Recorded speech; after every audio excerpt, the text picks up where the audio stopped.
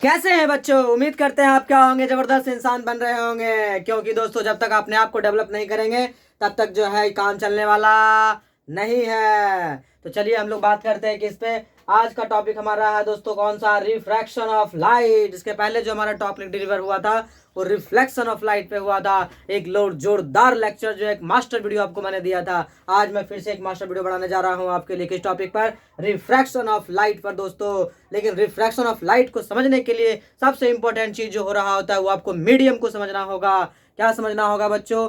Medium. तो medium कितने तरह के हो रहे होते हैं, लेकिन बच्चों एक जानो, मीडियम किसे कहते हैं? जिसमें लाइट ट्रैवल कर रही होती है, जिसमें लाइट पास कर रही होती है, जिसमें लाइट आ रही होती है, जा रही होती है।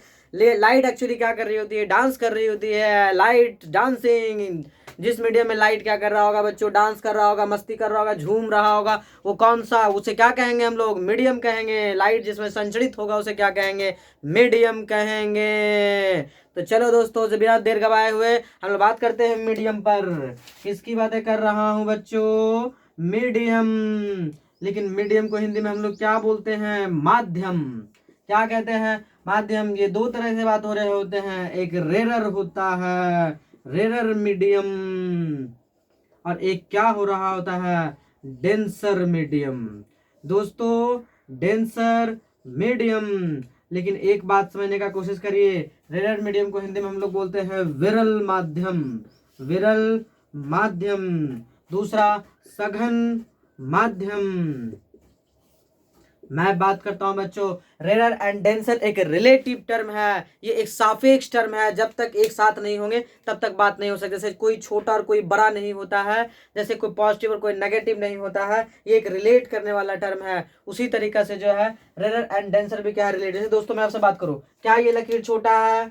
अरे छोटा कैसे बात करोगे आप? इसके सामने कोई है ही नहीं, इसके सामने कोई है ही नहीं, इसलिए छोटा बड़ा तब ना पता चलेगा इसके सामने कोई होगा। इसके सामने जब कोई होगा, अब ये भले क्या हो सकता है? छोटा हो सकता है। अब ये क्या हो सकता है? भले बड़ा हो सकता है। मतलब जब तक कोई इसके सामने नहीं होगा, जब तक तुलना नहीं करेंगे तब तक जो है क्या नहीं पता चल सकता है कि कोई क्या है, कोई रेरर है या डेंसर है। इसी तरह से मीडियम के साथ भी बच्चों कोई रेरर होता है और कोई डेंसर होता है, जैसे विरल होता है, कोई सघन होता है। लेकिन दोस्तों विरल का डेफिनेशन क्या हो रहा होता है? जिस माध्यम में प्रकाश की चाल सबसे अधिक होती है दूसरे की तुलना में, वो क्या हो रहा होता है? विरल हो रहा होता है। और जिस माध्यम प्रकाश की चाल दूसरे की तुलना में कम होता है वो क्या हो रहा होता है? सघन हो रहा होता है बच्चों। लेकिन प्रकाश के चाल के बारे में कुछ डाटा आपको हमेशा के लिए क्या होना चाहिए? याद होना चाहिए। यदि उस डाटा हमेशा के लिए क्या रखते हैं? याद रखते हैं, तो आपका कंसेप्ट बहुत ही बुस्ट हो जाएगा बच्चों। देखिएगा क्या हो रहा होगा, velocity of vacuum 3 into 10⁸ metre per S हो रहा होता है। दूसरा velocity of air 3 into 10⁸ metre per S हो रहा होता है। Velocity of water 2.25 into 10⁸ metre per second हो रहा होता है बच्चों। एंड वेलोसिटी ऑफ क्या, मैं बात करता हूँ ग्लास का, 2 इंटू 10⁸ मीटर पर एस। ये आपको बाय हार्ट होना चाहिए बच्चों। ये जब तक आपके मेमोरी में नहीं होगा तब तक मैं कैसे तुलना करूंगी कौन रेरर है कौन डेंसर है? मैं बात करता हूँ किस पे? एयर एंड वाटर के साथ। एयर एंड वाटर पे कंपेयर करते हैं, बताओ कौन सा रेरर होगा और कौन सा डेंसर होगा? क्योंकि मैंने बोला जिस मीडियम प्रकाश का चाल क्या होगा? ज्यादा होगा वो विरल होगा। जिस मीडियम प्रकाश की चाल कम होगा वो क्या होगा? सघन होगा। तो वाटर यहाँ पर सघन है और एयर क्या है? विरल है बच्चों। लेकिन मैं इन दोनों के साथ तुलना करूं, वाटर एंड ग्लास के साथ, जिस माध्यम प्रकाश के चाल क्या होगा? कम होगा वो सघन होगा, जिसमें अधिक होगा वो क्या होगा? विरल होगा। तो वाटर और ग्लास में कौन विरल होगा? वाटर विरल होगा और ग्लास क्या होगा? सघन होगा बच्चों। मतलब जिस माध्यम प्रकाश की चाल अधिकतम होगा दूसरे की तुलना में वो क्या होगा? विरल होगा। जिस माध्यम प्रकाश की चाल क्या होगा? कम होगा बच्चों, वो क्या होगा? हमारे लिए विरल हो रहा होगा। जिसमें सॉरी मैं दोस्तों में फिर से रिपीट कर देता हूँ, जिस माध्यम प्रकाश की चाल क्या हो रहा होगा? अधिक हो रहा होगा वो विरल होगा। जिसमें कम होगा वो क्या हो रहा होगा? सघन हो रहा। एक आपको जो है प्रैक्टिकल एग्जांपल्स देता हूँ, जिस माध्यम में क्या हो रहा होगा। फिर से रिपीट करता हूँ बात को। यदि मैं एक क्या लेता हूँ, मिल्क लेता हूँ और शहद लेता हूँ, तो प्रकाश का चाल किस में अधिक होगा? मिल्क में होगा, तो मिल्क विरल होगा। और शहद गाढ़ा है तो वो क्या होगा? हमारे लिए सघन होगा। मीन्स एक तरह से देखा जाए तो गाढ़ापन का मेजरमेंट ही क्या हो रहा होता है? पतला और गाढ़ापन जिस तरह से आप डिफ्रेंशिएट कर रहे होते हैं उसी तरह से विरल और सघन की बातें कर सकते हैं। विरल का मतलब पतला होता है बच्चों, विरल का मतलब एकदम पतला होता है। और सघन का मतलब क्या होता है? गाढ़ा होता है। विरल का मतलब क्या होता है? पतला होता है। और सघन का मतलब क्या होता है? गाढ़ा होता है। तो जो गाढ़ा होगा, जो जिसमें प्रकाश जो डेंस होगा, जो सघन होगा, उसमें प्रकाश का चाल कम होगा, और जो विरल होगा उसमें प्रकाश का चाल क्या हो रहा होगा, अधिक हो रहा होगा। यदि आप सघन और विरल को समझते हैं तो पढ़ने जा रहे हैं हम कौन सा topic, refraction of light. And बहुत ही इंपॉर्टेंट और लाजवाब फिनोमेना बच्चों, ये जीवन को बदल देगा आपके कॉन्सेप्ट। अब देखिएगा आपका कॉन्सेप्ट साइंस में कितना बूस्ट होने जा रहा है। मैं बात कर रहा हूँ रिफ्रैक्शन ऑफ लाइट की, तो उसके लिए दो मीडियम होना बहुत जरूरी हो रहा होता है बच्चों। जैसे मैं मान लिया कि जो है कि ऊपर हमारा क्या है, एयर है, नीचे क्या है, वाटर है। ऊपर एयर नीचे वाटर, ऊपर एयर और नीचे वाटर। तो बताओ कि किसका कौन विरल होगा और कौन सघन होगा। ऊपर वाला विरल होगा, ऊपर वाला क्या होगा, विरल होगा। नीचे वाला क्या होगा बच्चों, सघन होगा। डेंसर मीडियम होगा, एक रेरर मीडियम होगा, एक विरल माध्यम होगा और एक सघन माध्यम होगा। मीन्स एक सघन माध्यम, एक डेंसर मीडियम और एक रेरर मीडियम। अब सोचिए लाइट ऊपर से कोई आ रही है, लाइट ऊपर से क्या हो रही है, आ रही है, तो क्या होगा यहाँ पे एक नॉर्मल प्लॉट हो रहा होगा। अब जरा सोचो बच्चों, यहाँ पे स्पीड क्या होता है, 3 × 10⁸ मीटर पर एयर में। वाटर में कितना हो रहा होता है, वाटर में बताओ कितना हो रहा होता है, 2.25 × 10⁸ मीटर पर सेकेंड। बच्चों बताओ यहाँ पे कितना है, वेलोसिटी 3 लाख है, यहाँ पे 2.25 ही है। क्या 75,000 क्या हो गया है, कम हो चुका है। तो क्या टुवार्ड्स द नॉर्मल हो जाएगा, बिल्कुल वो अभिलंब की तरफ मुड़ जाएगा बच्चों, वो नॉर्मल की तरफ मुड़ जाएगा। इसको हम लोग क्या कहते हैं, नॉर्मल कहते हैं। हिंदी में क्या कहते हैं, अभिलंब कहते हैं। अरे क्या कहते हैं, अभिलंब। लेकिन जो आने वाली किरण होती है उसको हम लोग क्या नाम दे रहे होते हैं, इंसिडेंट रे, इंसिडेंट रे। कैसा रे बच्चों, आपतित किरण, आपतित किरण। अरे कैसी किरण, आपतित किरण। और जो रिफ्रैक्ट हो जा रही होती है, जो मुड़ जा रही होती है, उसे हम लोग क्या नाम दे रहे होते हैं, रिफ्रैक्टेड रे। कैसा रे, रिफ्रैक्टेड रे। चलो बच्चों यहाँ पे देखता हूँ कि ये कौन सा रे है, ये रिफ्रैक्टेड रे है, रिफ्रैक्टेड रे। अपवर्तित किरण है बच्चों, हिंदी में इसको हम लोग क्या बोलते हैं, अपवर्तित किरण। कैसी किरण, अपवर्तित किरण बच्चों। लेकिन यहाँ पर जो इंसिडेंट रे और नॉर्मल के बीच में एंगल जो बनता है उसे इंसिडेंट एंगल कहते हैं, और जो नॉर्मल और रिफ्रैक्टेड बीच में जो बन रहा होता है उसको रिफ्रैक्शन एंगल कह रहे होते हैं, रिफ्रैक्शन एंगल कह रहे होते हैं बच्चों। यहाँ पर इस केस में क्या होगा, आई ग्रेटर देन आर होगा, क्योंकि आई यहाँ पे ज्यादा होगा, लेकिन वो आर जो है थोड़ा क्या हो चुका है, नॉर्मल की तरह शिफ्टेड हो चुका है, इसलिए यहाँ पर क्या होगा, आई ग्रेटर देन आर होगा। मीन्स दोस्तों क्या देखे आप, जब क्या हो रहा है, प्रकाश विरल माध्यम से सघन माध्यम में आ रही है तो लाइट कहाँ मुड़ रही है, विलंब की ओर मुड़ रही है बच्चों। ये आपको ध्यान रखना चाहिए। When light enter rarer medium to denser medium then light bend towards the normal, bend towards the normal बच्चों। लाइट किधर बेंड हो रहा है, नॉर्मल की तरफ बेंड हो रहा है। क्या वैसे ही इसके जस्ट अपोजिट भी सोचा जा सकता था, बिल्कुल सोचा जा सकता था। क्या सोचते हैं हम लोग, देखिएगा उसका complete definition of refraction of light मैं आपको बताऊंगा। Complete definition of refraction of light बातें कर बताऊंगा दोस्तों। क्या हो रहा होगा, कोई यदि वाटर से कोई लाइट यदि ऊपर जाना चाहेगी, कहाँ से जाना चाहेगी, वाटर से, क्या होगा, क्या ये एंगल आई होगा, बिल्कुल होगा। क्या नीचे वाला डेंसर होगा, नीचे वाला क्या होगा, डेंसर मीडियम होगा। ऊपर वाला क्या होगा, रेरर होगा। अरे बच्चों क्या होगा, रेरर होगा, मतलब सघन होगा और विरल होगा। तो क्या होगा यहाँ पे कितना स्पीड होता है, 2.25 × 10⁸ कितना, 8 मीटर पर एस। अचानक कितना हो जाएगा, 3 × 10⁸ मीटर पर एस। क्या 3 लाख हो जा रहा है, हाँ। जब 3 लाख हो जाएगा तो क्या होगा, यही सीधे सीधे जाते रहेगा क्या, क्या ऐसे ही निकल जाएगा क्या, नहीं, ये क्या हो जाएगा, अभी फ्रॉम द नॉर्मल हो जाएगा, अभिलंब से दूर हट जाएगा। किससे दूर हट जाएगा बच्चों, अभिलंब से दूर हट जाएगा।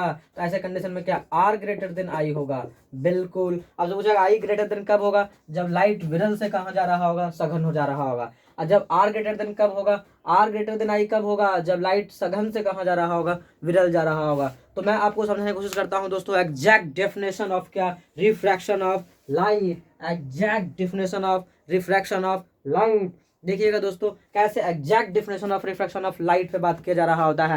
एग्जैक्ट डिफिनेशन कैसे रिफ्रैक्शन ऑफ लाइट पे बात करेंगे कि जब लाइट एक माध्यम से में क्या कर रही होती है, ट्रैवल कर रही होती है, तो वो क्या हो रही है, या तो नॉर्मल की तरफ बेंड करती है, नॉर्मल से दूर चली जाती है। इसी परिघटना को, इसी सिनेरियो को, इसी फिनोमेना को मैं क्या कह रहा होता हूँ, रिफ्रैक्शन ऑफ लाइट कह रहा होता हूँ। प्रकाश का अपवर्तन कह रहे होते हैं बच्चों, उसको हिंदी में क्या कह रहे होते हैं, प्रकाश का अपवर्तन, अरे किसका अपवर्तन बच्चों? प्रकाश का अपवर्तन। मैंने कहा कि जब लाइट विरल माध्यम से सघन माध्यम में जाती है, सघन माध्यम से विरल माध्यम में जाती है, तो या तो वह विलंब की ओर मुड़ती है या विलंब से दूर हट जाती है, यानी टुवर्ड्स द नॉर्मल होती है या अवे फ्रॉम द नॉर्मल होती है। इसी घटना को हम लोग क्या कहते हैं? प्रकाश का अपवर्तन कहते हैं। यदि आप सिंपल या आइडियल डेफिनेशन देना चाहते हैं बच्चों इसका, तो आपको लिखना चाहिए क्या? व्हेन लाइट इंटर्स जो है rare to denser medium, then light bends away from the normal and towards the normal, that phenomena is called क्या? Refraction of light. दोस्तों ऐसे ही बहुत सारे दे सकते हैं, लेकिन रिफ्रैक्शन का आइडियल डेफिनेशन मैं आपको देता हूँ एकदम शुद्ध हिंदी में। वो क्या कह रहे होते हैं? एक किसी खास वर्ण के लिए, किसी खास एंड पार्टिकुलर किसी विशेष कलर्स के लिए जो है, जब लाइट एक माध्यम से माध्यम में क्या कर रही होती है? ट्रेवल्स कर रही होती है, तो उसके वेग में परिवर्तन होता है दोस्तों। वेग में परिवर्तन होता है। 3 से कहाँ चला गया? 2.25 हो गया। 3 से क्या हो गया? 2.25 से कितना हो गया? 3 लाख किलोमीटर पर सेकंड हो जा रहा होता है। तो वेग में परिवर्तन हो रहा होता है। तो वेग में परिवर्तन की वजह से उसका क्या हो रहा है? उसका पथ विचलित हो जाते हैं दोस्तों। यदि उसका वेग यदि कम हो जाएगा तो टुवर्ड्स द नॉर्मल हो जाएगा, और यदि वेग अधिक हो जाएगा तो अवे फ्रॉम द क्या हो जाएगा? नॉर्मल हो जाएगा दोस्तों। इसमें आपको एक बार फिर से मैं रिपीट कर देता हूँ कि जब लाइट एक माध्यम से माध्यम में प्रवेश करती है, जब लाइट एक माध्यम से माध्यम में क्या करती है? प्रवेश करती है, तो उसके वेग में परिवर्तन होने की वजह से क्या हो जा रहा होता है? उसके पूर्वत पथ से विचलित हो जाती है। इसी पूर्वत पथ से विचलित होने की घटना को आप क्या कह रहे होंगे? रिफ्रैक्शन ऑफ लाइट कह रहे होंगे बच्चों। आपके लाइफ में बहुत सारे ऐसे इवेंट्स होते हैं, बहुत सारे ऐसे इवेंट्स होते हैं जिसमें क्या काम कर रहा होता है? रिफ्रैक्शन ऑफ लाइट का इस्तेमाल हो रहा होता है। बहुत सारे ऐसे इवेंट होते हैं जिसमें रिफ्रैक्शन ऑफ लाइट यूज कर रहे होते हैं। देखिएगा, मैं आपको पिक्चराइज फॉर्म में समझाने की कोशिश करूंगा कि कैसे जो है ना इवेंट डिपेंड कर रहे होते हैं रिफ्रैक्शन ऑफ लाइट पे। सबसे जो फंडामेंटल फिनोमेना जो आप देखते हैं बच्चों, जैसे एक बेसिक सा एक स्कूल में कराए जाने वाला एक एक्टिविटीज होते हैं। एक क्या लिया जा रहा होता है? एक सिंपल सा जो है ग्लास लिए जा रहे होते हैं। इसमें क्या रखे जाते हैं? एक कॉइन्स रखे जा रहे होते हैं। लाइक 5 रुपया का सिक्का रख दिया, वही 5 टकिया रख दिया दोस्तों। क्या रख दिया? 5 टका। तो चलिए वाटर पूरा फुल कर दिया हूँ। क्या होगा इसके साथ? क्या एक रे यहाँ आएगी? क्या होगा? या नीचे पानी है तो क्या डेंसर होगा? तो क्या अवे फ्रॉम द नॉर्मल चली जाएगी रे? बिल्कुल। आप इससे एक छोटा सा ऊपर रे खड़ा करेंगे और ये इस रे को क्या करेंगे? यहाँ लेंगे, तो क्या यहाँ कट कर दिया? 5 रुपया कहाँ दिखेगा? यहाँ पे दिखेगा। ये इसका कैसा डेप्थ होगा बच्चों? एपरेंट डेप्थ होगा, आभासी गहराई होगा। और ये क्या होगा? ओरिजिनल डेप्थ होगा बच्चों। मीन्स सिक्का आपको उठा हुआ फील होगा। पानी में तली में रखा हुआ एक सिक्का क्या हो रहा होता है? पानी डालने पर क्या हो रहा होता है बच्चों? ऊपर उठा हुआ फील होता है। किस घटना की वजह से? रिफ्रैक्शन ऑफ लाइट की वजह से। रिफ्रैक्शन ऑफ लाइट की वजह से हो रहा होता है बच्चों। साथ ही साथ आप देखते होंगे कि जो है क्या रहता है? पूल में छोटी छोटी मछलियां तैर रही होती है, लाइक दिस। ये एक क्या मैंने बनाया? फिश बनाया। फिश में भी क्या हो रहा होता है? यहाँ पे भी एक रे आ रही होती है। अभी फ्रॉम द नॉर्मल हो रहा होगा, क्योंकि डेंसर से लाइट कहाँ जा रही है? रेयर जा रही है। आप इसे क्या कर रहे होंगे? यदि इस तरह से बनाएंगे तो क्या यहाँ इंटरसेप्ट करेगी? जब यहाँ इंटरसेप्ट करेगी तो क्या मछली का फोटो यहाँ आ जाएगा? क्या होगा? क्या ही यही हमारा क्या है? एपरेंट डेप्थ है, और ये हमारा क्या है? रियल डेप्थ है। इसीलिए बच्चों जब मछुआरा क्या कर रहा होता है? मछली को पकड़ रहा होता है, तो उस समय जो एक विशेष ध्यान रखना पड़ रहा होता है, वो क्या? भाला को धंसा के मारता है बच्चों। वो कैसे मारता है भाला को? भाला भाला यहाँ मारेगा तो मरेगा क्या? नहीं मरेगा। क्यों? क्योंकि यहाँ पे मछलियाँ होबे नहीं करेगा। तो मछली होगा कहाँ पे? यहाँ पे होगा। इसलिए धंसा के उसको क्या किया जा रहा होता है? मारा जा रहा होता है। इसलिए आप लोग भी यदि आप चाहते हैं मछली को पकड़ना, तो आपको कहाँ पर शूट करना चाहिए? यहाँ पे या नीचे थोड़ा दबा के डालना चाहिए। आप यहाँ हाथ डालोगे, यहाँ मछली मिलेगा नहीं। क्या आपको झोंका से कहाँ लेना चाहिए? नीचे से पकड़ लेना चाहिए। बिल्कुल। तो ये चीज़ जो है दोस्तों किसकी वजह से हो रहा होता है? रिफ्रैक्शन ऑफ लाइट की वजह से हो रहा होता है। ये नीचे का चीज़ जो वास्तविक गहराई में होते हैं वो पता नहीं चल रहा होता है, ऊपर पता चल रहा होता है। स्विमिंग पूल में भी यही हो रहा होता है। स्विमिंग पूल में आपको गहरा लगेगा कि 5 फीट है, 3 फीट है, लेकिन जैसे आप छलांग लगाएंगे पता चलेगा 12 फीट का गहराई है। वहाँ पे क्या हो जाता है दोस्तों? प्राण पखेरु हो जा रहा होता है। मेरा कहने का मतलब है वहाँ पे आप जान गंवा सकते हैं। इसलिए आप इस भ्रम में ना रहें, प्रकृति के इल्यूजन में ना फंसे, क्योंकि वहाँ पर क्या काम कर रहा है? रिफ्रैक्शन ऑफ लाइट काम कर रहा है दोस्तों। गहराई कम नहीं होते हैं, गहरे ज़्यादा होते हैं। कभी कभी गर्मी के मौसम में क्या हो रहा है? आपके कुआं के पानी सूख यदि जाते हैं तो क्या हो रहा होता है? आपको लगता है कि पानी सूख गए हैं, 2 फीट ही पानी बचा हुआ है, लेकिन एग्जैक्टली वहाँ पर 7 फीट पानी होते हैं। इसीलिए इस तरह के भ्रम में आप ना फंसे, क्योंकि जहाँ पर गहराई कम मालूम पड़ रहा है उसका तल उठ गया है, ड्यू टू क्या? Refraction of light. Refraction of light की वजह से फिनोमेना हो रहे होते हैं। यहाँ तक कि सनराइज और सनसेट में भी हो रहा होता है बच्चों। सनराइज हुआ भी नहीं होता है, सन दिख जाते हैं। आप देखते हैं छठ पूजा में हम लोग किसे आराधना करते हैं, सूर्य भगवान की आराधना कर रहे होते हैं। तो उसमें क्या हो रहा होता है, जैसे उसका जो है ना राइजिंग टाइम 5 बजे दिए गए हैं, लेकिन जो है ना वो 5 मिनट के 2 मिनट पहले ही क्या हो जा रहे होते हैं, दिख जा रहे होते हैं लोगों को। क्यों दिख जा रहे होते हैं? रिफ्रैक्शन फिनोमेना की वजह से। क्योंकि जो है उनका ये फोटो कहाँ बनेगा, पिक्चर के फॉर्म में कुछ आने को करता हूँ, बात समझ में आएगा। और सनसेट हो भी जाने के बाद भी, सनसेट हो गए नीचे चले गए, उसके बावजूद भी सन कहाँ दिख रहे होते हैं, ऊपर ही दिखते रहते हैं। इस सब फिनोमेना का कारण क्या है? रिफ्रैक्शन ऑफ लाइट है। मान लिया दोस्तों एक माउंटेन है, सन अभी यहाँ है, सन अभी कहाँ है, यहाँ से कोई लाइट जो है क्या हो रहा है, ये डेंसर मीडियम, जहाँ सन होते हैं उसके आसपास का मीडियम कैसा हो रहा होता है बच्चों? डेंसर हो रहा होता है। कैसा हो रहा होता है? डेंसर। तो क्यों डेंसर होता है इस बारे में बात मैं करूंगा। डेंसर हो रहे होते हैं, ऊपर क्या हो रहा होता है? रेयर हो रहा होता है। अब जरा सोचो, इसको भी ऊपर करेंगे और इसको भी ऊपर करेंगे तो क्या सन यहाँ आ जाएगा? बिल्कुल। तो सन जब यहाँ आएगा तो ये माउंटेन का फिगर था, तो सन क्या हो चुका है? राइज हो चुका है। अब एग्जैक्टली सनसेट के समय भी होता है, सनसेट हो भी जाएगा लेकिन फिर भी वो क्या दिखता रहता है? राइज का कंडीशन दिखाते रहते हैं। तो इस तरह से फिनोमेना को हम लोग क्या बोल रहे होते हैं बच्चों? क्या बोल रहे होते हैं?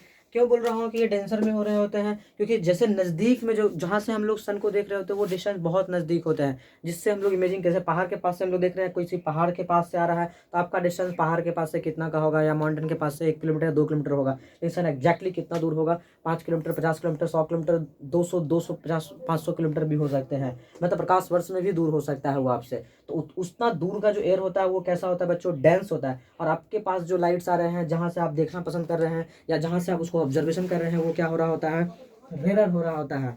किसके तरह काम कर रहा होता है? मतलब 1 किलोमीटर का एयर यहाँ है या 5 किलोमीटर का एयर यहाँ है, लेकिन सन और उसके बीच का जो एयर्स है वो कितने किलोमीटर का है? मतलब इनफाइनाइट तो नहीं कहना चाहिए, लेकिन एक्चुअली लाइट ईयर में भी हो सकता है। 8 मिनट लगता है बच्चों लाइट आने में, लाइट्स को बहुत सारा देर लग जा रहा होता है। तो इस फिनोमेना से मैं कह रहा हूँ कि दूर में सन होते हैं तो उधर वाले मीडियम बहुत ज़्यादा होते हैं, इसलिए डेंसर होता है। बाहर ऊपर वाले क्या हो रहे होते हैं? रेयर हो रहे होते हैं। और लाइट रेयर से डेंसर आए तो एक्चुअली क्या हो रहा होगा? यहाँ पर भी रिफ्रैक्शन ऑफ लाइट काम कर रहे होंगे। यहाँ पर भी क्या काम कर रहे होंगे? रिफ्रैक्शन ऑफ लाइट काम कर रहे होंगे। तो ये फिनोमेना सनराइज होना या सनसेट होना भी किस पे डिपेंड कर रहा होता है? Refraction of light. मैं आपको एक नेचर का एक फूड चेन का जो है ना भी आपको बना के देता हूँ पिक्चर, उसमें समझ में आएगा कि कैसे जो है रिफ्रैक्शन ऑफ लाइट का पिक्चर्स ड्रॉ हो रहे होते हैं। देखिएगा, रे डायग्राम भी बहुत इंपॉर्टेंट है बच्चों। किसके लिए? रिफ्रैक्शन ऑफ लाइट्स के लिए। कैसा डायग्राम? रे डायग्राम। मैं बात करता हूँ किसकी? मान लिया ये वाटर है और नीचे क्या है बच्चों? एक फिश है जो स्विम कर रही है, सू सू सू सू सू सू। ठीक है। अब यहाँ से एक रे आई, क्या होगा इस रे का? रिफ्रैक्ट हो जाएगी। तो ओरिजिनल में फोटो कहाँ बन रहा होगा? यहाँ बन रहा होगा, वो फिश बन रहा होगा। क्या वास्तविक स्थान से ऊपर चला गया? हाँ। लेकिन मान लेता हूँ इसे खाने के लिए जो है ना प्रकृति ने किससे बनाया है? एक चिल को बनाया है। अरे किसको बनाया है?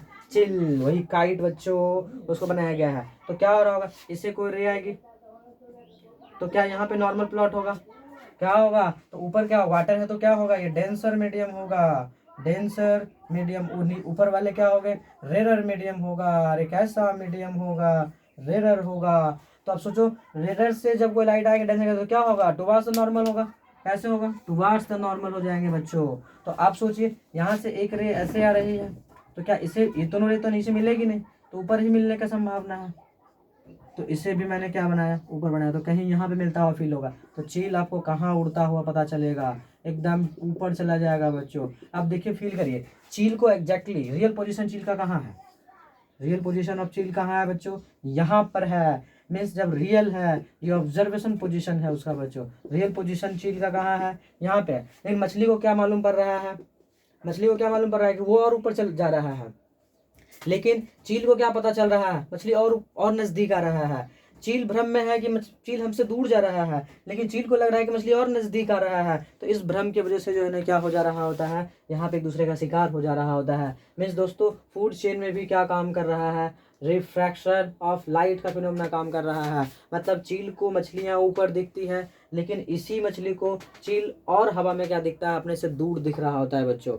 तो बहुत सारे फिनोमेना जो आपके आसपास हो रहे हैं, आप पानी में हाथ डालते हैं, हाथ टूटा हुआ लगता है, डर लगता है, हाथ निकालते देखते हैं हाथ नहीं है, तो कोई दिक्कत नहीं है। आप पानी में रॉड डालते हैं, लगता है कि रॉड मुड़ गया है, लेकिन रॉड मुड़ा हुआ रियल में नहीं होते हैं। वो सब फिनोमेना किस पे डिपेंड कर रहे होते हैं? रिफ्रैक्शन ऑफ लाइट की पर बात कर रहा होता हूँ मैं आपके साथ। एक और बात करना चाह रहा हूँ दोस्तों, आप कभी कभी तिल मिलाते हो आग को देखिए, जहाँ आग जल रहा होता है, जहाँ आग जलता है वहाँ की भी हवाएं क्या हो रही थी? तिल मिला रही होती है। तो वो तिल मिलाहट झिलमिलाहट जिस वजह से भी हो रहा होता है, उसका वजह क्या है? रिफ्रैक्शन ऑफ लाइट है बच्चों।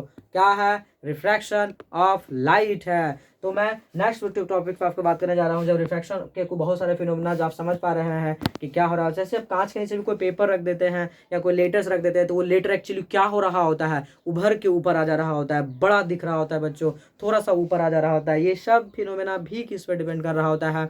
रिफ्रैक्शन ऑफ लाइट पे डिपेंड कर रहा होता है बच्चों। और पूरा का पूरा लेंस का दुनिया, जिसे आप बहुत बड़ी दुनिया समझते हैं, पूरा ऑप्टिक्स के में ऑप्टिकल दुनिया जो हम लोग देख रहे हैं, वो दुनिया पे भी जो है ना किसका राज है? किस के लॉ पर डिजाइन किए गए हैं? पूरे के पूरे लेंसेज, पूरे के पूरे कैमरा, पूरे के पूरे जो है ना क्या चाहिए आज जो देख रहे हैं कि जैसे शूटिंग किया जा रहा है, या पूरे सिनेमेटोग्राफी जो क्या कर दिया गया है, लॉन्च हो चुके हैं, इतना ब्रॉड लेवल पे जा चुके हैं, वो सब चीज किस पे काम कर रहे होते हैं? रिफ्रैक्शन ऑफ लाइट पे ओनली काम कर रहे होते हैं बच्चों। किस पे काम कर रहे होते हैं? रिफ्रैक्शन ऑफ लाइट पे काम कर रहे होते हैं। तो पूरा डीप कॉन्सेप्ट से मैं आपको दूंगा, लेकिन सबसे पहले जो आप बात समझने की कोशिश करिए कि रिफ्रैक्शन ऑफ लाइट के बाद आपको समझना चाहिए पहले लॉ ऑफ रिफ्रैक्शन क्या है। जब तक लॉ को नहीं समझेंगे तब तक जो उसके बेस इवेंट को पूरा डिटेल में समझने में थोड़ा परेशानी हो रही होती है। तो हम लोग सीधा समय के बारे नहीं चलते, फिर से आपको लॉ समझाने के लिए laws of refraction of light.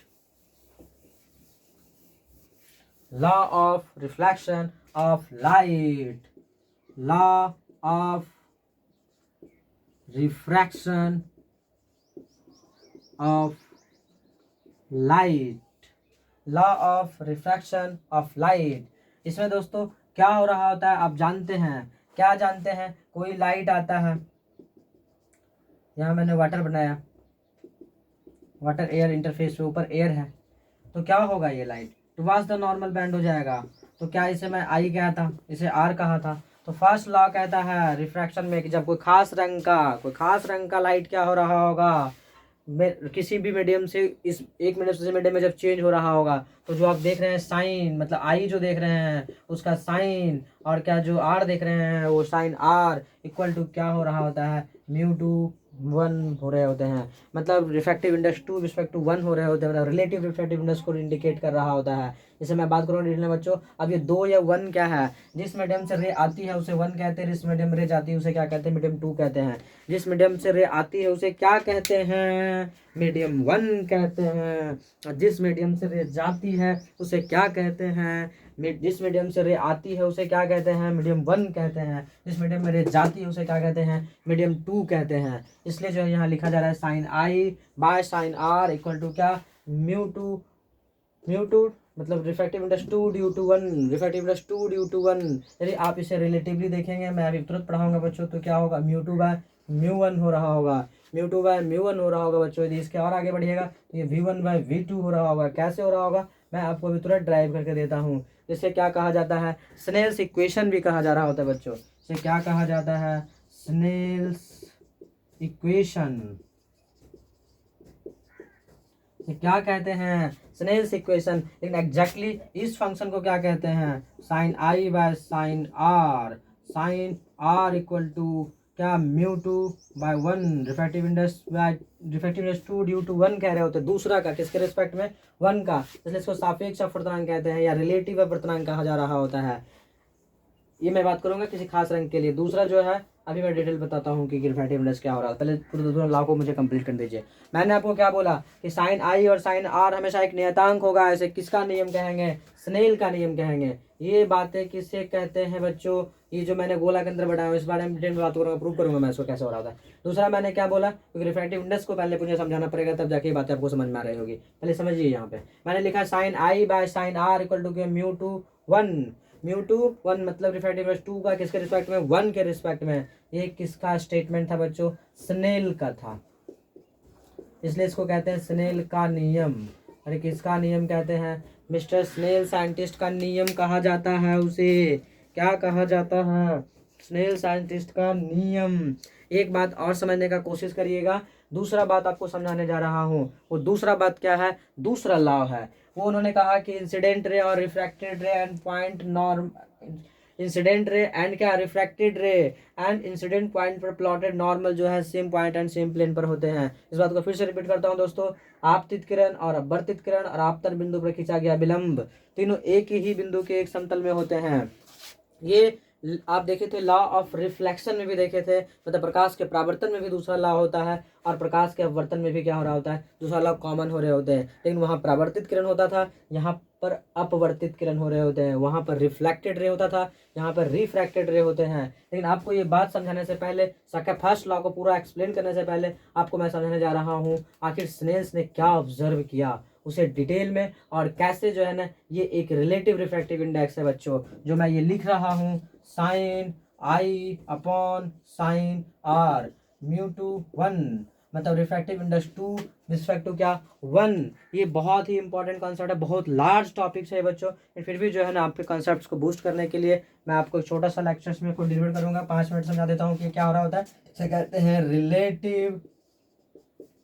Relative refractive index. इसे कहते हैं सापेक्ष अपवर्तनांक, सापेक्ष अपवर्तनांक।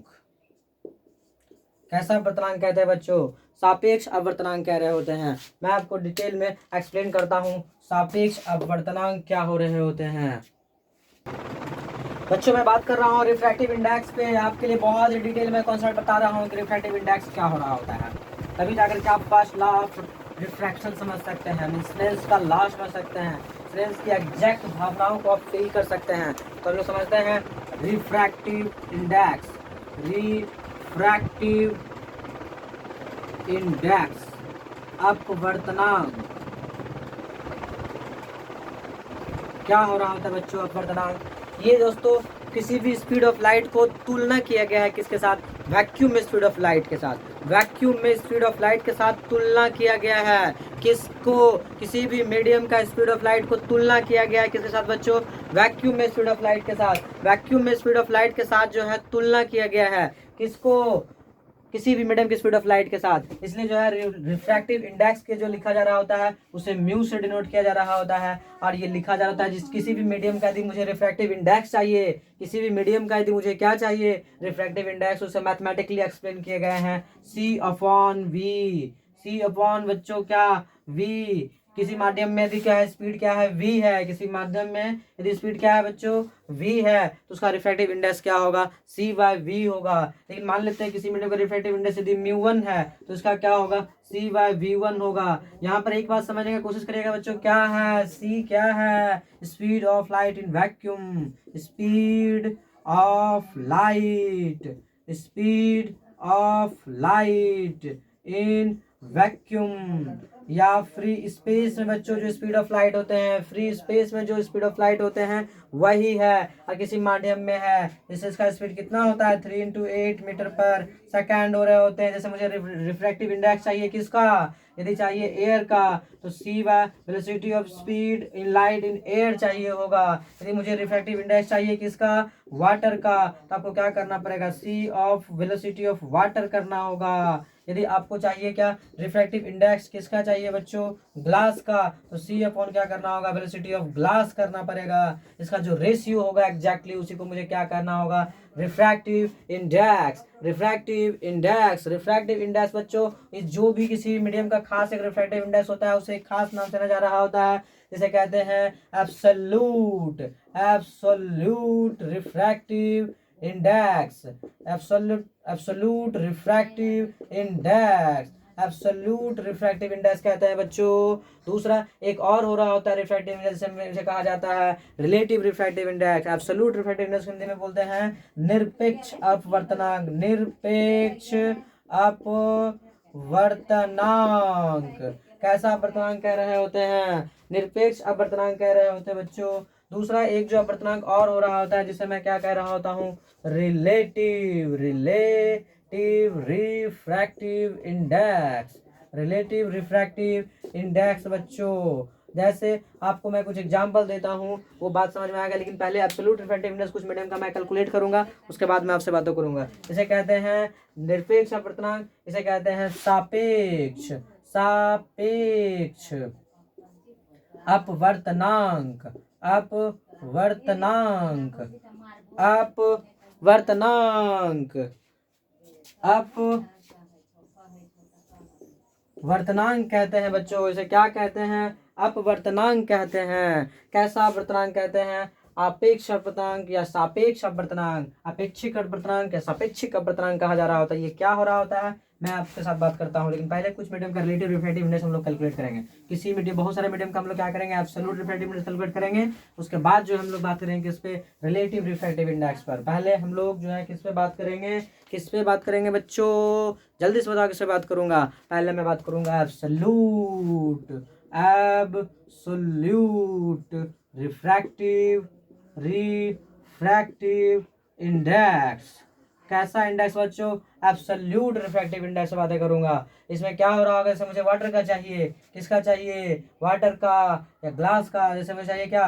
रिफ्रैक्टिव इंडेक्स ऑफ ग्लास चाहिए, तो आप क्या करेंगे? C divided by velocity of glass करेंगे। आपको पता होना चाहिए सी कितना होता है? 10, 3×8 होते हैं बच्चों। ग्लास का कितना होता है? 2×8 कितना हो रहे होते हैं? 8। क्या कैंसिल हो जाएंगे? तो 1.5 रिफ्रैक्टिव इंडेक्स होगा। 1.5। आपको एब्सोल्यूट रिफ्रैक्टिव इंडेक्स किसका चाहिए? एब्सोल्यूट रिफ्रैक्टिव इंडेक्स किसका चाहिए? जल्दी से बोलो। आप यदि चाहते हैं किसका? वाटर का, तो क्या सी वेलोसिटी ऑफ वाटर करना पड़ेगा।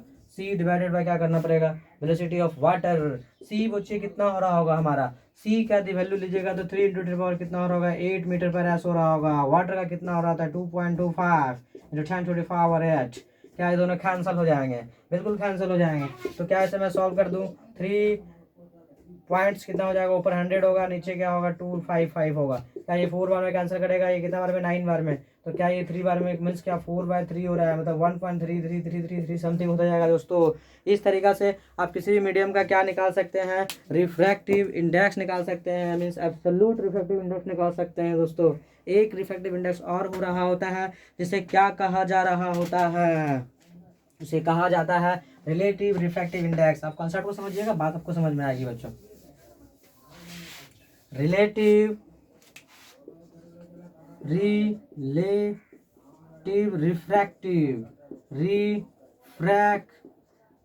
Index, relative refractive index. इसको क्या बोलते हैं दोस्तों? आपेक्षिक, आपेक्षिक, आपेक्षिक अपवर्तनांक, आपेक्षिक अपवर्तनांक दोस्तों। ये क्या हो रहा होता है? इसे लिखा जाता है पहले आइडियली कैसे? 2:1, मतलब दूसरा का रिफ्रैक्टिव इंडेक्स पहले के रिस्पेक्ट में। ये डेफिनेशन से ही क्या हो रहा होता है? दोनों के एब्सोल्यूट रिफ्रैक्टिव इंडेक्स का रेशियो होता है बच्चों।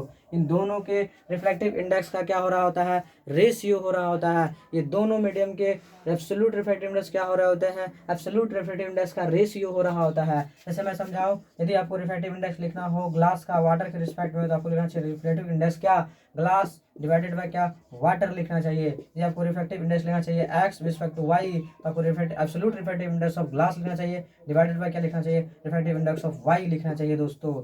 ऐसा कुछ बात हो रहे होते हैं। यदि आपको रिफ्रैक्टिव इंडेक्स ऑफ क्या लिखना चाहिए? कुछ भी बोलो, कुछ भी बोलो बच्चों। वाई लिखना है, गर्ल्स के रिस्पेक्ट में लिखना है, तो आपको क्या absolute refractive index of Y लिखना चाहिए, और एब्सोल्यूट रिफ्रैक्टिव इंडेक्स ऑफ क्या लिखना चाहिए? गर्ल्स लिखना चाहिए बच्चों। इस तरह से आप रिलेटिव रिफ्रैक्टिव इंडेक्स की बातें कर सकते हैं। आपको मैं और कॉन्सेप्ट को पूछ करता हूँ। यदि आपको रिफ्रैक्टिव इंडेक्स किसका लिखना चाहिए? 3 का 2 के रिस्पेक्ट में, तो आपको लिखना चाहिए रिफ्रैक्टिव इंडेक्स 3 डिवाइडेड बाय क्या? रिफ्रैक्टिव इंडेक्स किसका? 2 का। यदि आपको लिखना है absolute relative refractive index 2 respect to 3 लिखना है, तो आपको लिखना चाहिए क्या? 2 का डिवाइडेड बाय क्या? 3 लिखना चाहिए बच्चों। इस तरह से जो है आप क्या निकाल सकते हैं? यदि आपको दो मीडियम का क्या पता है, अलग अलग एब्सोल्यूट रिफ्रैक्टिव इंडेक्स पता है, तो उन दोनों का विद रिस्पेक्ट टू एक दूसरे के रिस्पेक्ट में क्या पता कर सकते हैं? एब्सोल्यूट के साथ साथ उनका रिलेटिव रिफ्रैक्टिव इंडेक्स का भी काउंटिंग कर सकते हैं।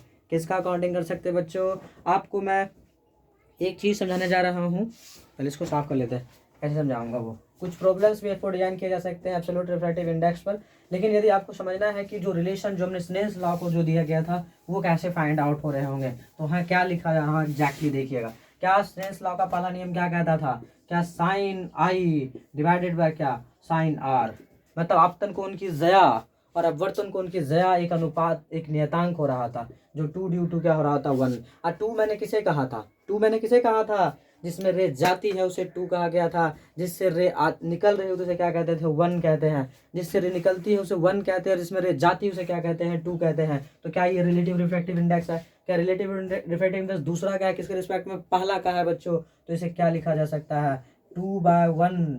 2/1, 2/1 इसलिए कह रहा हूँ कि एब्सोल्यूट रिफ्रैक्टिव इंडेक्स 2 का है, किसके रिस्पेक्ट में, 1 के रिस्पेक्ट में है।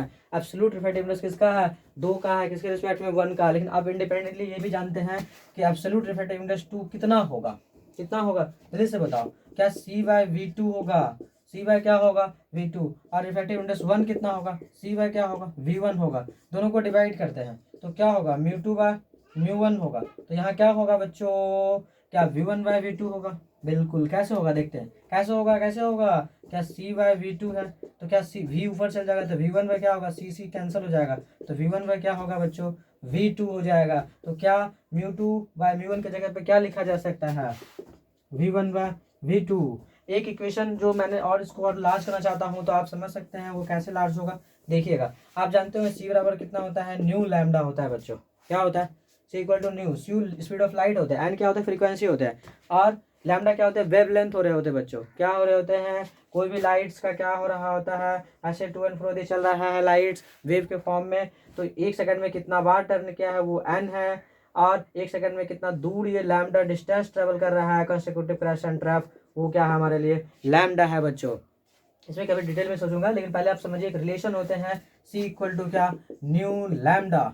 C इक्वल टू क्या हो रहे होते हैं बच्चों, न्यू लैम्डा हो रहे होते हैं। लेकिन आपको एक बात पहले पता होना चाहिए रिफ्रैक्शन में, कि जब कोई लाइट जो है एक मीडियम से दूसरे मीडियम में आती है तो उसका केवल क्या बदलता है, यदि यहाँ V1 है तो यहाँ V2 हो सकता है, यहाँ लैम्डा 1 है तो यहाँ क्या हो सकता है, लैम्डा हो सकता है। लेकिन फ्रीक्वेंसी n है तो यहाँ भी फ्रीक्वेंसी क्या रहेगा, n रहेगा। फ्रीक्वेंसी विल नॉट चेंज दोस्तों, वो कभी चेंज नहीं हो रहे होते हैं। जो आवृत्ति हो रहे होते हैं लाइट का एक मीडियम से दूसरे मीडियम में जाने पर, केवल वही पैरामीटर है जो क्या नहीं हो रहा होता है, चेंज नहीं हो रहा होता है, उसको फ्रीक्वेंसी कहते हैं, उसे आवृत्ति कहते हैं। बाकी सारे पैरामीटर्स क्या हो रहे होते हैं, बदल जा रहे होते हैं। तो ऐसे कॉन्सेप्ट के लिए यदि मैं आपसे पूछूं कि सी के लिए क्या लिखा सकता है, इस मीडियम में सी के लिए मीन्स क्या, V1 के लिए क्या लिखूं मैं, V1 के लिए क्या लिखूं, एन लैम्डा 1, क्योंकि एन तो कांस्टेंट होगा।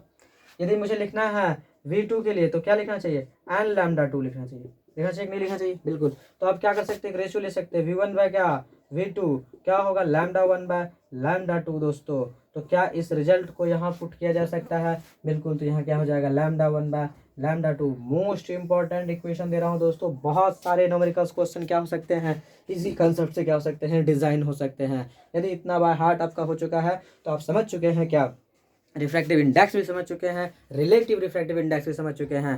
नेक्स्ट जो है आपको मैं बताने जा रहा हूँ लेंस। लेंस की दुनिया में मैं आपको प्रवेश कराता हूँ, कैसे जो है लेंस कंट्रोल हो रहा होगा बच्चों, बहुत ही इंपॉर्टेंट। लोग बात किए थे क्या, रिफ्रैक्टिव इंडेक्स दोस्तों। रिफ्रैक्टिव इंडेक्स जैसे आपके समझ में आ रहा होता है, मैं नेक्स्ट टॉपिक पे बात करने जा रहा हूँ। इस टॉपिक पे मैं बहुत ही प्रॉब्लम बनाऊंगा, आप केवल कॉन्सेप्ट को भी बाय हार्ट करिए दोस्तों। अभी मैं बनाने जा रहा हूँ लेंस। देखिएगा लेंस का क्या कहानी है।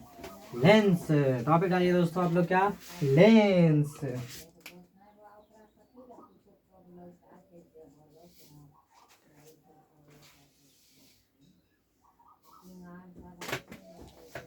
लेंस दोस्तों हम लोग क्या पढ़ने जा रहे हैं, लेंस। हिंदी में भी लेंस, ऐसे तो इससे बहुत लोग ताल कहते हैं दोस्तों, बट मुझे लेंस समझाना है। लेंस क्या हो रहा था दोस्तों, लेंस जो है ना कांच का एक पारदर्शी टुकड़ा होता है। कांच का एक क्या होता है, पारदर्शी टुकड़ा होता है, जिसका कम से कम एक सरफेस क्या हो रहा होता है, स्फेरिकल हो रहा होता है। मैंने बोला दोस्तों, फिर से पॉइंट को समझने की कोशिश करिएगा। लेंस एक क्या होता है, पारदर्शी कांच का क्या हो रहा होता है, टुकड़ा होता है, जिसका कम से कम एक सरफेस क्या होना चाहिए, स्फेरिकल होना चाहिए। एक सरफेस क्या होना चाहिए, स्फेरिकल होना चाहिए। बात आपको समझ में आएगी कि मैं इसे क्यों कह रहा हूँ लेंस। दूसरा, टाइप्स ऑफ लेंसेज कितने तरह के होते हैं बच्चों, 2 तरह के होते हैं। एक कॉन्वेक्स लेंस होता है, एक कॉन्वेक्स लेंस, और एक क्या होता है, कॉनकेव लेंस। एक कॉन्वेक्स लेंस होता है मतलब उत्तल, कैसा होता है बच्चों, उत्तल लेंस होता है। और एक क्या होता है, अवतल लेंस होता है, अवतल लेंस होता है। एक उत्तल लेंस होता है और एक क्या हो रहा होता है, अवतल लेंस होता है। फिर उत्तल लेंस को भी बच्चों तीन भाग में बांटे जा रहे होते हैं। कैसे, इसका सिंबल कैसा होता है पहले ये समझ लीजिए, तब जाके बातें समझ में आएगी। इस तरह से और इस तरफ से, ऐसे यदि लेंसेस है तो इसे क्या कहते हैं, उत्तल लेंस कहते हैं बच्चों। क्योंकि इधर से भी क्या होता है, कॉन्वेक्स होता है, इधर से भी क्या होता है, कॉन्वेक्स होता है, इसलिए इसे उत्तल लेंस को बाय कॉन्वेक्स भी कहा जा रहा होता है। इसे क्या कहा जाता है बच्चों, बाय कॉन्वेक्स। ऐसे ऐसे भी मैंने बनाया, इधर से बनाया। चेक करने का तरीका क्या है, इधर से भी देखो कैसा है, उभरा हुआ है, इधर से भी देखो कैसा उभरा हुआ है, तो दोनों तरफ से ये क्या है, उभरा हुआ है, इसलिए इसका नाम होता है कॉन्वेक्स का एक स्पेशल लेंस, इसको बोलते हैं biconvex. Biconvex lens बोलते हैं बच्चों। कौन सा लेंस बोलते हैं, बाय कॉन्वेक्स। हिंदी में बोलते हैं उत्तलो उत्तल, उत्तलो तल, उत्तलो उत्तल बोलते हैं बच्चों इसको। क्या बोलते हैं, उत्तलो उत्तल। दूसरा जो टाइप हो रहा होता है वो समझने की कोशिश करिएगा। क्या हो रहा होगा, कुछ इस तरह से रहेंगे, फ्लैट। इसका मतलब क्या है बच्चों, इधर से देख रहे तो कैसा दिख रहा है, कॉन्वेक्स दिख रहा है, और इधर से दिख रहा है तो कैसा दिख रहा है, प्लेन दिख रहा है, इसलिए इसका नाम होता है plano convex. Plano convex lens. कैसा लेंस दोस्तों, प्लेनो कॉन्वेक्स लेंस हो रहा होता है, मतलब समतलो उत्तल हो रहे होते हैं। इसको हम लोग क्या बोलते हैं, समतलो, समतलो उत्तल। कैसा तल बच्चों, समतलो उत्तल। एक और लेंस हो रहा होता है, इधर से देखे तो कैसा, कॉन्वेक्स, और इधर से हम लोग देखे तो कॉनकेव। तो इस तरह के जो लेंसेस हो रहे होते हैं उसे मैं क्या कह रहा होता हूँ, उसे क्या कहूँगा, उसके नाम से देखो, इधर से कैसे दिख रहा है, कॉन्वेक्स, इधर से कैसे दिख रहा है, कॉनकेव, इसलिए बोलेंगे कॉन्वेक्स कॉनकेव या कॉनकेवो कॉन्वेक्स। क्या बोल सकते हैं, कॉनकेवो कॉन्वेक्स मीन्स अवतलो उत्तल। से क्या बोलेंगे बच्चों, अब तलो तल, अवतलो उत्तल बोलेंगे बच्चों, अवतलो उत्तल बोलेंगे। इसे क्या बोलेंगे, अवतलो उत्तल। हिंदी थोड़ा सा उच्चारण में इसका ही हो रहा होता है, लेकिन फिर मैं समझाता हूँ। सबसे पहले कॉन्वेक्स लेंस हो रहा होगा जो तीन तरह से बांटे हो रहे होंगे, दोनों तरफ से यदि उत्तल उत्तल है तो उत्तलो उत्तल, एक तरफ से प्लेन हो और एक तरफ से उत्तल हो तो समतलो उत्तल, और एक तरफ से क्या हो, कनकेव, और एक तरफ से क्या हो, कन्वेक्स हो तो इसे अवतलो उत्तल कहा जा रहा होता है। हिंदी में बच्चों बाय कॉन्वेक्स लेंस कहते हैं, बाय कॉन्वेक्स लेंस कहते हैं, प्लेन कॉन्वेक्स लेंस कहते हैं, और एक कॉनकेव कॉन्वेक्स लेंस कहते हैं। फाइनली एक समझाना आपको कौन सा है, कॉनकेव लेंस। जैसे ये तीन तरह के होते हैं वैसे ही कॉनकेव लेंस भी कितने तरह से हो रहे होते हैं, तीन पार्टों में डिवाइड किए जाते हैं। देखिएगा कॉनकेव का भी मैं आपको पिक्चर से समझाता हूँ। किसका, कॉनकेव, कॉनकेव लेंस।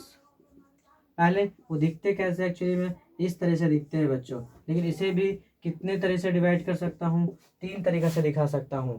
क्या होगा वो तीन तरीका, क्या पहला जो कॉनकेव है वही, क्या उसे बाय कॉनकेव कहना चाहिए, बिल्कुल कहना चाहिए। क्या इधर से भी कॉनकेव, इधर से भी क्या, कनकेव, तो ये कैसा कॉनकेव होगा, बाय कॉनकेव होगा। इसे मैं कहूँगा biconcave lens. Biconcave का मतलब अवतलो अवतल, क्या इधर से भी अवतल है, अब तलो वतल, लेकिन इसको पढ़ते क्या है दोस्तों, अवतलो अवतल। क्या पढ़ते हैं, अवतलो अवतल। अब एक तरफ से मैंने ऐसे लिया कॉनकेव, और फाइनली एक तरफ से मैंने क्या ले लिया, प्लेन ले लिया दोस्तों। ये कौन सा लेंस होगा, प्लेनो कॉनकेव। कौन सा लेंस, प्लेनो कॉनकेव। कौन सा लेंस होगा बच्चों, इसे नाम दो, प्लेनो कॉनकेव लेंस। हिंदी में क्या बोलेंगे बच्चों, बोलो, प्लेन को क्या बोलेंगे, समतल, कॉनकेव को अवतल, तो ये क्या होगा, समतलो अवतल, समतलो वतल, समतलो वतल।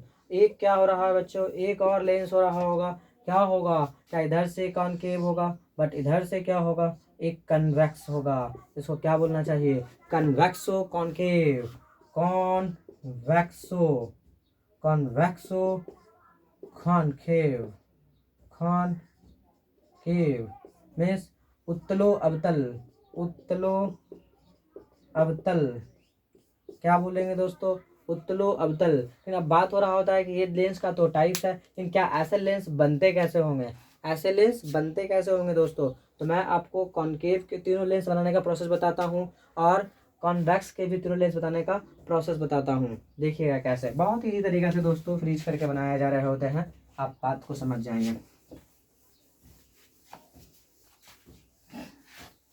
जैसे मुझे कॉनकेव बनाना है या पहले कॉन्वेक्स बनाना है, कॉन्वेक्स के तीनों टाइप बनाना है। पहला कौन था, बाय कॉन्वेक्स। तो आप कैसे बनाएंगे, एक एक स्फीयर लेंगे, दूसरा भी स्फीयर लेंगे और क्या कर देंगे बच्चों, इन सबको काट के हटा देंगे। तो ये वाला जो पार्ट होगा हमारा कौन सा पार्ट होगा, कौन सा पार्ट होगा आइडली, ये कौन सा लेंस बन रहा है, जल्दी से बताओ ये कौन सा लेंस है। क्या इसे बोलना चाहिए biconvex, biconvex, biconvex बोलना चाहिए बच्चों। दूसरा कोई स्फीयर है, यहाँ पे क्या कर दो, केवल ग्लास को काट दो, ग्लास को क्या कर दो बच्चों, काट दो।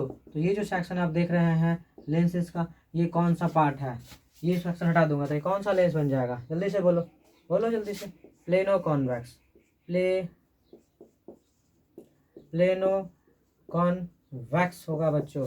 कैसा होगा, प्लेनो कॉन्वेक्स। एक क्या होना चाहिए, कनकेवो कॉन्वेक्स। यदि मैं यहाँ पर स्फेरिकल इस तरीके से काट दूँ तो क्या होगा, इसको हटा दूँ तो क्या होगा, ये जो पार्ट बन रहा है लेंस का, ये कौन सा बात बन रहा है बच्चों, इसे बोलना चाहिए मुझे क्या, क्योंकि स्फीयर से बट रहा हो, लेंस मिरर सब किसी न किसी किसके पार्ट होते हैं, ये स्फीयर के पार्ट हो रहे होते हैं बच्चों। इसलिए सेंटर ऑफ कर्वेचर हो रहे हैं, रेडियस ऑफ कर्वेचर्स हो रहे होते हैं, फोकल हो रहे होते हैं, वो सारी बातें कॉमन हो रहे होते हैं बच्चों। तो ये कौन सा लेंस बन गया, कॉनकेवो, कॉनकेवो, केवो, कॉन्वेक्स, कॉन्वेक्स मीन्स अब तलो बोलना चाहिए इसे क्या, चलिए बोल देता हूँ, अब तलो उत्तल, इसे क्या बोलना चाहिए, समतलो उत्तल, समतलो उत्तल, इसे क्या बोलना चाहिए, उत्तलो उत्तल मीन्स बाय कॉन्वेक्स बोलना चाहिए। ये था बच्चों कॉन्वेक्स को मैन्युफैक्चर करने का प्रोसेस, कॉन्वेक्स को कैसे मैन्युफैक्चर करे जा रहे होते हैं, कैसे एक्चुअली में उसको बनाने में हेल्प लिए जा रहे होते हैं। नेक्स्ट आपको बात करता हूँ किसके लिए, कॉनकेव के लिए, किसके लिए, कॉनकेव लेंस के लिए। दोस्तों पहला क्या बन रहा होगा, बाय कॉनकेव बन रहा होगा। इसे कैसे बना रहे होंगे, तो एक स्फीयर लेते हैं, दूसरा भी क्या लेते हैं, एक स्फीयर लेते हैं, यहाँ पे मेटल रख के क्या कर देता हूँ, फ्रीज कर देता हूँ, इसके बीच में मटेरियल फील कर दिया जाता है बच्चों। दो स्फीयर के बीच में मटेरियल को क्या कर दिया जाता है, फील कर दिया जा रहा होता है, कांच को क्या कर दिया जाता है, फील कर दिया जाता है। तो कौन सा लेंस बन जा रहे होते हैं, biconvex, biconcave, biconcave lens बन रहा होता है बच्चों। दुई फोक्सी उत्तल लेंस बन रहे होते हैं। नेक्स्ट यदि मुझे बनाना है क्या, प्लेनो कॉनकेव बनाना है, क्या बनाना है, प्लेनो कॉनकेव। कैसे बनाएंगे इसको, एक स्फीयर लेते हैं, यहाँ पे एक मेटल प्लेट्स डालते हैं, इसको थोड़ा सा सटाते हैं और इनमें क्या कर देते हैं, मटेरियल को, ग्लास को फील कर देते हैं। तो ये जो है ये कौन सा लेंस बन जा रहा होता है, जल्दी से बोलिए बच्चों, प्लेनो कॉनकेव बन रहा है क्या, बिल्कुल ये है प्लेनो कॉनकेव लेंस। कैसा लेंस, हिंदी में बताइए बच्चों कौन सा लेंस बोल रहे होंगे इसको, हिंदी में इसे कहते हैं समतलो अवतल, समतलो अवतल। होगा कि नहीं होगा, बिल्कुल। एक लेंस बच्चों बच रहा है, कौन सा बच रहा होगा, क्या इस तरह के लेंसेज बच रहे हैं, बिल्कुल। इसे क्या कहते हैं हम लोग, पहले कॉन्वेक्सो कॉनकेव, कॉन्वेक्सो कॉनकेव। कैसे बनाएंगे आप, एक स्फीयर है, एक क्या है, इसी स्फीयर में ऐसा बात कर दो, तो ये वाला जो पार्ट देख रहे हैं दोस्तों, इसको थोड़ा सा ज़्यादा इंटरफेयर करना चाहिए था, ऐसा था। इसी में एक और स्फीयर ऐसा घुसा कर रख दो, तो ये वाला जो आप पार्ट देख रहे हैं ये कौन सा पार्ट है, ये इधर वाला जो पार्ट देख रहे हैं जैसे हैचिंग कर रहा हूँ दोस्तों मैं, ये कौन से लेंस के पार्ट होंगे, कौन से लेंस के पार्ट होंगे, ये सारे लेंसेज क्या हो रहे होंगे, या यहाँ पे जो लेंसेज बन रहे हैं, या यहाँ पे जो लेंसेज बन रहे हैं, ये कौन सा लेंस के पार्ट हैं, ये कौन सा लेंस के पार्ट है बच्चों। मैं कहूँगा इसे कनकेवो, कॉन्वेक्सो कॉनकेव, क्या बोलूँगा इसे, कॉन्वेक्सो कॉनकेव, कॉनकेव हो रहा होगा दोस्तों। तो इस तरीक़े से आप जो है सिंपल तरीक़ा से क्या बना सकते हैं, दोनों तरह के लेंसों के तीन टाइप्स क्या कर सकते हैं, डिजाइन कर सकते हैं, जो आपकी आंखों को